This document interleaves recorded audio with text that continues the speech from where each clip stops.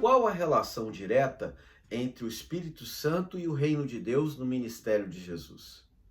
Sejam todos bem-vindos ao Projeto Pneuma. Sou o professor Bruno Albuquerque, doutor em teologia, e este é o quarto episódio da série O Espírito Santo no Evangelho segundo Mateus.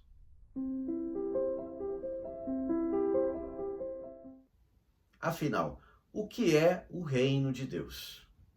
Esta é uma expressão muito comum na Bíblia, desde o Antigo Testamento, nos textos proféticos, passando principalmente pelos evangelhos sinóticos do Novo Testamento. Esse é um conceito que talvez não esteja muito claro para a maioria das pessoas. E até mesmo muitos cristãos têm dúvidas em relação a esta ideia, a este termo, Reino de Deus. Algumas pessoas, inclusive na igreja, pensam que o Reino de Deus seria comparável a uma instância de um império, de um governo terreno ou de uma questão política. Outras pessoas na igreja confundem Reino de Deus e cristianismo, como se fossem a mesma coisa, quando na verdade nunca foram a mesma coisa. Então, Reino de Deus, afinal, o que é? Quando olhamos para os evangelhos sinóticos, Mateus, Marcos e Lucas, nós podemos encontrar algumas pistas para que possamos compreender essa noção, inclusive fazendo pontes com os textos da Bíblia hebraica, do Antigo Testamento para nós cristãos. É fundamental aqui notarmos que Reino de Deus, em primeiro lugar, não tem nada a ver com política no sentido partidário ou ideológico. Reino aqui não deve ser entendido como dominação imperial. Por exemplo, o Império Romano, ou o Império Macedônio, o Império Persa. Não se trata disso. Embora tenha dimensões políticas ou implicações e consequências sociopolíticas, Reino de Deus não se confunde com a política. Reino de Deus também não se confunde com a religião. Reino de Deus, segundo Jesus de Nazaré e segundo o que dele escreveram os evangelistas, Reino de Deus não se resume a nenhuma religião, nem mesmo a igreja. A igreja é entendida como agente do Reino de Deus, como uma das prerrogativas de ações do Reino de Deus no mundo. Mas, na verdade, o reino está acima da igreja. O reino é infinitamente maior do que a igreja. É importante lembrar que a igreja tem a sua importância inserida no reino, mas ela não é o reino.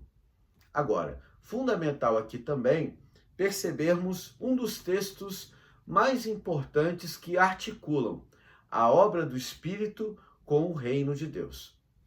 A obra do Espírito Santo é fundamental para que Jesus coloque este reino em movimento em seu ministério, conforme lemos em Mateus 12, versículo 28, que é o texto-chave aqui deste episódio.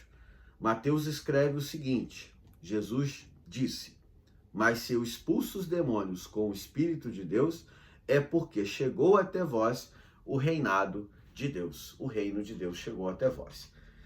Nesse texto, lemos a articulação direta, imediata, objetiva entre o Espírito, a ação do Espírito no ministério de Jesus e o reino de Deus como revelação desse ministério de Jesus. Agora, o que é reino afinal? Vamos tomar aqui dois exemplos. O primeiro exemplo é de Rudolf Bultmann, teólogo, dentre os mais famosos, dentre os mais conhecidos e também polêmicos na primeira metade do século XX, em especial no período que antecedeu a Segunda Grande Guerra. Ele escreveu este livro chamado Jesus. Bultmann, em 1926, mais ou menos, publicou essa obra chamada Jesus. É um texto aparentemente básico, é um texto de cristologia do Novo Testamento, algumas interpretações e comentários sobre os evangelhos, e que deixam transparecer um determinado posicionamento sobre conceitos básicos que podemos utilizar no campo da cristologia. Um dos conceitos bíblicos mais importantes é justamente o conceito de reino de Deus, quando estudamos, por exemplo, a área da cristologia, na teologia sistemática, na teologia dogmática.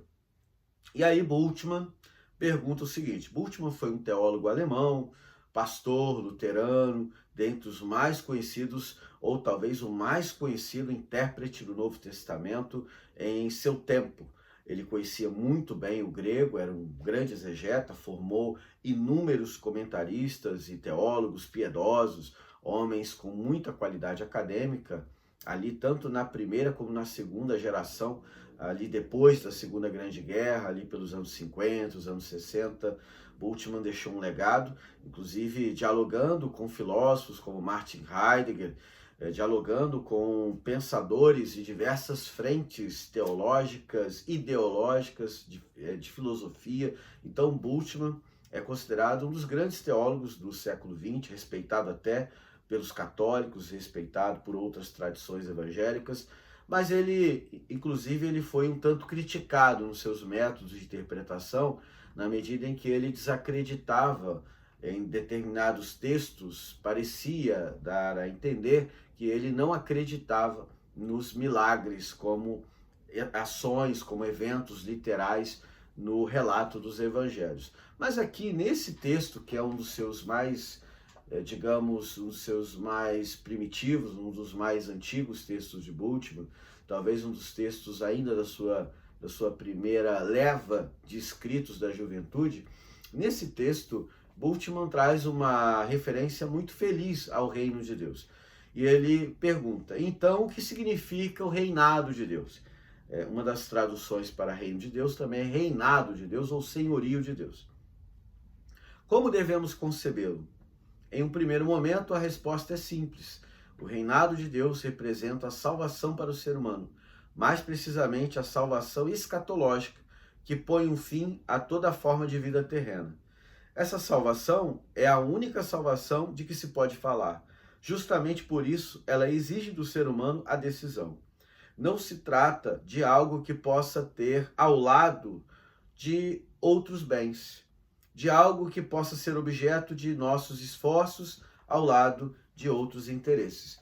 Então ele coloca aqui numa análise mais básica, mais preliminar, ele coloca a posição sobre reino de Deus, reinado de Deus, como um contexto, uma realidade, uma dimensão escatológica do ministério de Jesus, da vida e da mensagem de Jesus, que a igreja leva adiante no seu testemunho, na medida em que esse testemunho, esse reino de Deus, esse senhorio de Deus, não se pode colocar com paralelo ou como algo a ser comparável com outras condições e interesses da nossa vida. É como se fosse um elemento ímpar, um elemento singular, uma dimensão única, porém sem a qual as outras não subsistem em nossa vida. Então, o reino de Deus implica decisão. E é o senhorio de Deus, na verdade, é a presença salvífica de Deus através de Jesus de Nazaré. E aí eu evoco aqui a definição, o conceito de Hans Kessler. Hans Kessler, padre católico, teólogo católico, alemão também, que foi um dos organizadores daquela obra fundamental da editora Vozes, Manual de Dogmática, aqueles 2 volumes densos que são referência em várias universidades católicas aqui no Brasil, inclusive na PUC-Rio, onde eu estudei, nós trabalhávamos muito com esse material. Manual de Dogmática, cujo organizador, um dos organizadores, foi o Hans Kessler. E este autor, que é especialista em Cristologia e Trindade, o Hans Kessler afirma que o senhorio de Deus, o reinado de Deus, é a presença salvífica de Deus na história humana. E quem põe esse reino de Deus em movimento é justamente Jesus de Nazaré. Sem Jesus de Nazaré, sem o ministério terreno de Jesus de Nazaré, este reino não vai adiante, este reino não seria revelado, este reino não estaria em movimento. E Jesus revela o reino de Deus de várias formas. Quando, por exemplo, ele realiza milagres, ele está revelando o reino de Deus. Quando Jesus diz e profere ensinamentos através de parábolas, ele está revelando o reino de Deus. Quando Jesus se posiciona frente ou contra todas as forças malignas e as derrota pelo poder do Espírito que estava sobre ele, ele revela o reino de Deus. Então, é fundamental aqui percebermos que a unção do Espírito sobre a vida de Jesus é que o capacitou naquele momento histórico, em sua humanidade histórica, o capacitou a realizar tudo o que fez. Tudo que ele realizou, em especial os sinais e os milagres que ele praticou, abençoando, libertando e curando inúmeras pessoas ao longo do seu ministério. Note bem aqui, por exemplo, a referência a Marcos capítulo 3, a partir do verso 20, e Lucas capítulo 11, a partir do versículo 14, como textos paralelos a este texto de Mateus 12 que nós lemos, que fala dessa condição de que Jesus expulsa os demônios através do Espírito Santo. É pelo Espírito Santo que Jesus expulsa os demônios das pessoas. Lucas, em sua versão, modifica um pouco este mesmo versículo, quando diz que é pelo dedo de Deus que ele expulsa os demônios. Jesus expulsa os demônios pelo Espírito de Deus, que Lucas chama de dedo de Deus. É claro que Lucas está escrevendo num contexto pneumatológico até mais profundo que o de Mateus em determinadas passagens como essa. E na série que eu vou produzir sobre Lucas, você vai ter acesso a estas informações e comentários sobre o grande pneumatólogo do Novo Testamento. Mas aguarde, aqui ainda estamos falando sobre Mateus. É importante, então, nós considerarmos que está claro, tanto para Mateus, como também para Lucas, e em certa medida também para Marcos, que o que Jesus realiza em sua vida, em sua manifestação, em sua movimentação do reino de Deus, da presença salvífica de Deus na história, é justamente por obra da unção do Espírito que estava sobre ele. É a unção do Espírito que ele recebeu no batismo, e que Mateus vai mais além, porque desde a concepção, desde o seu nascimento, passando pelo batismo nas águas, o batismo do João, ali em Mateus 3, o Espírito já estava percorrendo, já estava permeando a vida e a existência de Jesus de uma forma única, de uma forma singular.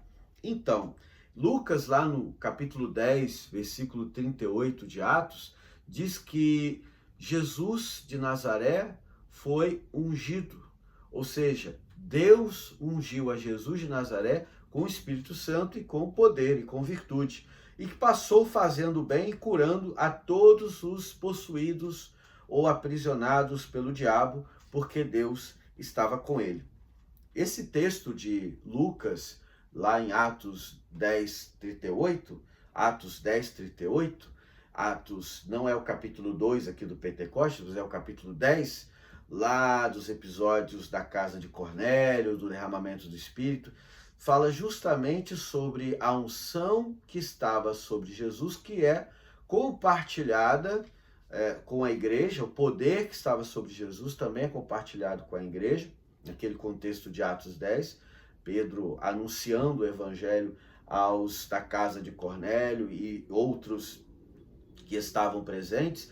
É muito importante aqui considerar este horizonte pneumatológico que liga a vida de Jesus à vida da igreja. Lucas faz isso muito bem.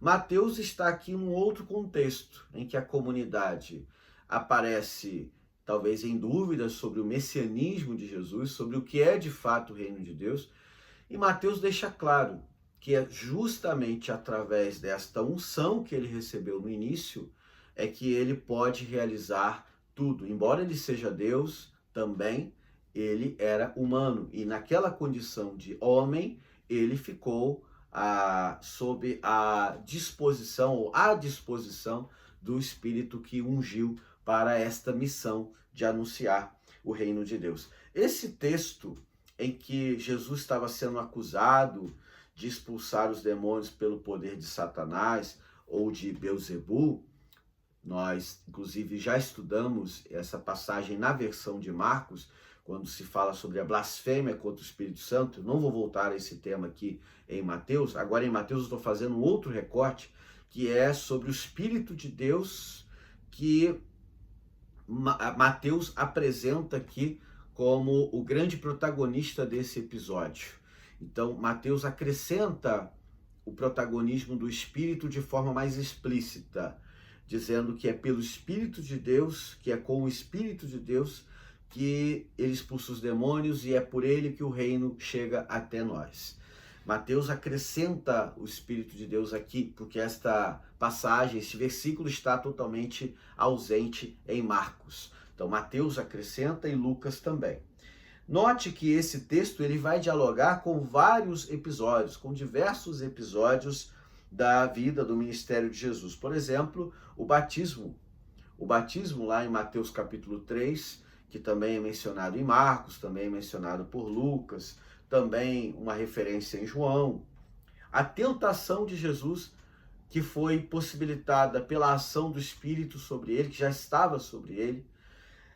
A própria sinagoga de Nazaré, episódio mencionado por Lucas, capítulo 4, em que Jesus menciona Isaías 61, o Espírito de Deus me ungiu, o Espírito do Senhor me ungiu para anunciar a boa nova. Então, Jesus menciona Isaías 61 na sinagoga de Nazaré, somente Lucas traz essa passagem.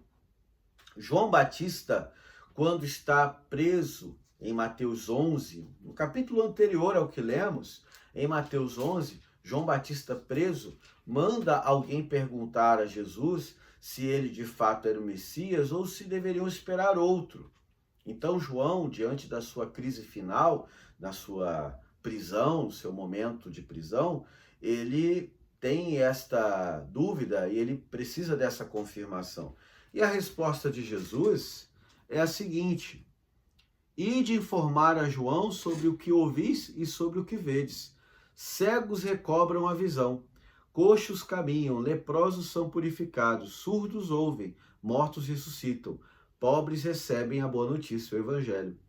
E feliz aquele que não tropeça por minha causa. Então, os sinais do reino são os sinais messiânicos.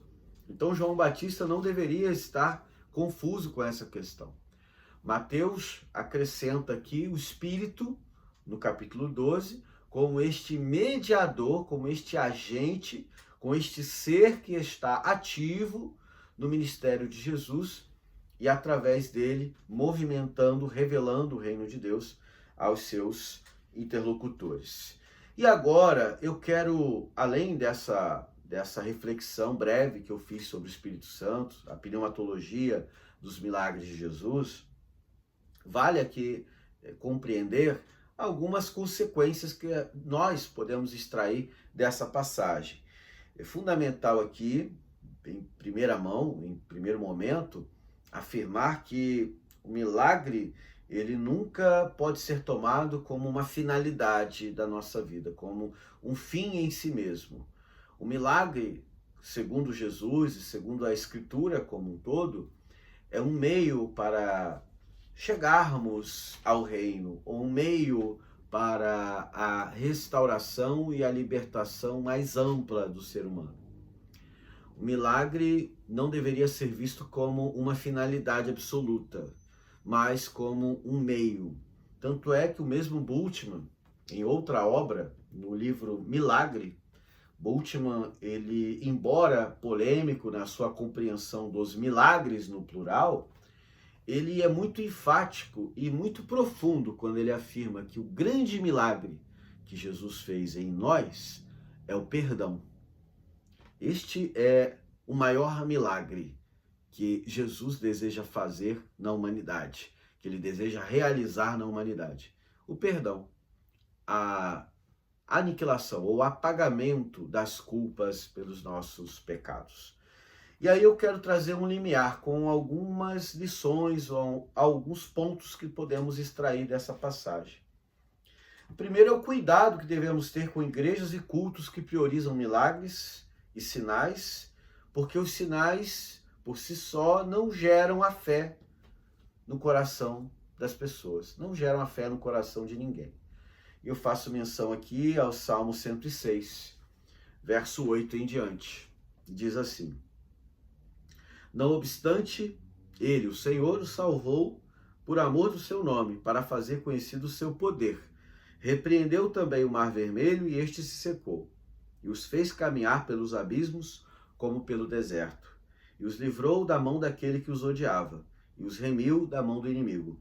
E as águas cobriram seus adversários, nenhum só deles ficou. Então creram nas suas palavras e cantaram seus louvores. Então aqui, se eu parasse a leitura aqui, os meus ouvintes, aqueles que me assistem, poderiam dizer assim: professor, mas eles viram os milagres e creram. Olha aí. Creram nas suas palavras e cantaram seus louvores. Verso 12 do Salmo. Só que vem algo muito importante no verso seguinte. Porém, cedo se esqueceram das suas obras, não esperaram o seu conselho, mas deixaram-se levar a cobiça no deserto e tentaram a Deus na solidão. E ele lhes cumpriu seu desejo, mas enviou magreza às suas almas. Então, diz que creram nas suas palavras, porém cedo se esqueceram das suas obras. Então, ver milagre, presenciar milagre ou viver milagres não é suficiente para gerar fé no coração das pessoas. Isso aqui é uma grande mensagem bíblica que percorre tanto o Antigo Testamento, aqui como vimos neste Salmo, como também no ministério de Jesus. Tanto é que neste mesmo capítulo 12, conforme vimos no episódio anterior, na polêmica sobre curar no sábado, Jesus não incentiva que divulguem os milagres dele à torto e à direito, de forma desorganizada ou desordenada. Ele pede até o silêncio, o chamado silêncio messiânico, tão forte lá no texto de Marcos, aqui em Mateus também transparece em algumas passagens, porque Jesus, ele sabia exatamente isso, que ver o milagre, viver o milagre por si só não é suficiente, é um caminho, é um momento importante de um processo maior, que é a inserção do sujeito nesse reino de Deus, que é sentir-se dominado ou governado ou habitado por Deus em sua vida como um todo. Isso é um processo, isso não vem apenas com o estalar dos dedos ou no passe de mágica. Segunda lição que nós aprendemos aqui é que o Espírito ungiu a Jesus para colocar o reino de Deus em movimento, mas o reino é maior do que a igreja. Não se deve esquecer disso. Como eu disse no começo deste episódio, o reino de Deus não é a igreja. A igreja serve ao reino, e o reino é muito maior do que a igreja. É o Espírito quem realiza, tanto no reino quanto em sua agente, que é a igreja. E a terceira e última implicação dessa passagem é que o grande sinal do Espírito Santo no reino é a libertação total da humanidade e da criação. Onde a vida sofre ameaça, o Espírito Santo quer restaurar, vivificar e libertar. O grande sinal que o Espírito Santo deseja realizar, ou o grande milagre que Jesus, no Espírito, quer realizar em minha vida, é a libertação total. Não apenas a libertação do demônio ou da doença, mas a libertação do meu próprio desejo egoísta. Que eu possa ser uma pessoa mais solidária, mais humana e mais sensível às vidas que sofrem algum tipo de ameaça, violência ou injustiça no mundo. O Espírito é aquele que nos leva a esta condição de humanização, como o próprio Cristo se humanizou até as últimas consequências. É isso. Obrigado pela sua atenção. Este foi mais um episódio da série O Espírito Santo no Evangelho segundo Mateus. Eu quero te convidar a acompanhar os próximos episódios. Estamos chegando à reta final do Evangelho de Mateus. Ainda temos mais alguns episódios, porém, não deixe de curtir esta página aqui no YouTube, não deixe de curtir a nossa página, de nos seguir lá no Instagram, de nos seguir lá no Facebook, no TikTok, Projeto Pneuma, desta vez trazendo algumas passagens pneumatológicas no livro de Mateus. Sejam sempre bem-vindos e os seus comentários também são muito bem-vindos aqui em cada episódio. Muito obrigado e até a próxima.